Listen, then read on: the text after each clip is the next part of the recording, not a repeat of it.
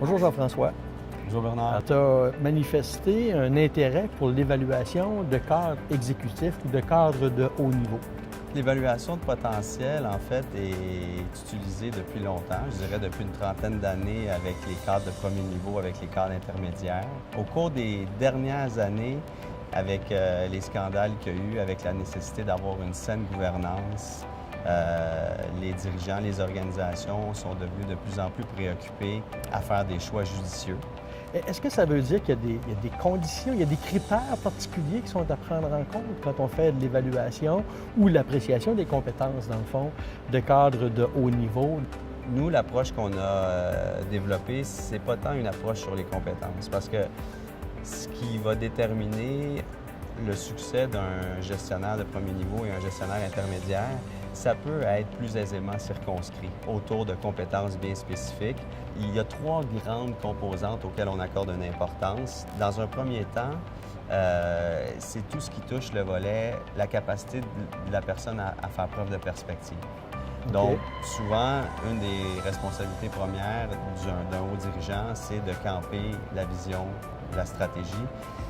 Pour ça, ça demande d'avoir un certain recul, d'avoir une bonne lecture à la fois interne et externe de l'organisation.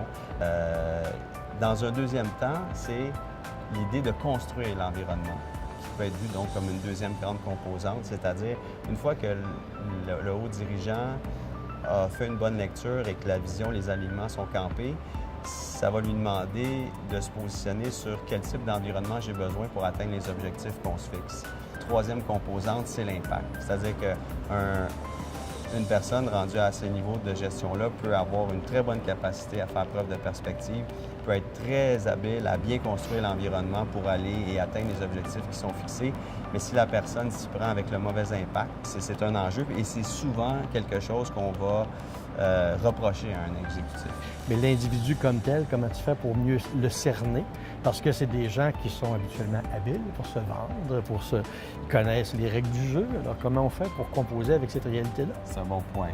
C'est qu'on va demander aux gens de réagir. Typiquement, on va travailler avec des cas de gestion. Des cas de gestion, des simulations de gestion? Des cas de gestion, puis à un niveau, disons, intermédiaire, souvent, on va demander aux gens de réagir par écrit. Avec des exécutifs, c'est intéressant de les laisser se préparer à l'avance et que ces gens-là puissent nous faire une présentation du cas de gestion auquel ils ont été exposés. Donc, l'interaction directe avec la personne en lien avec la situation de gestion qu'elle aurait à gérer dans la vraie vie. Exactement. Et ça nous en dit beaucoup sur sa capacité, à gérer le stress qui peut venir avec ça, mais aussi au niveau de la façon de structurer son information, de livrer l'information, donc l'impact de manière générale, et pouvoir se faire une tête sur la façon avec laquelle les gens envisagent de faire face aux défis qu'ils vont rencontrer. Et de là, toute l'importance de la qualité de l'information qu'on est capable d'aller chercher en amont de la démarche.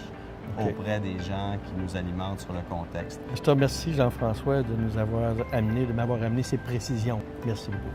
C'est un plaisir, Bernard. Merci.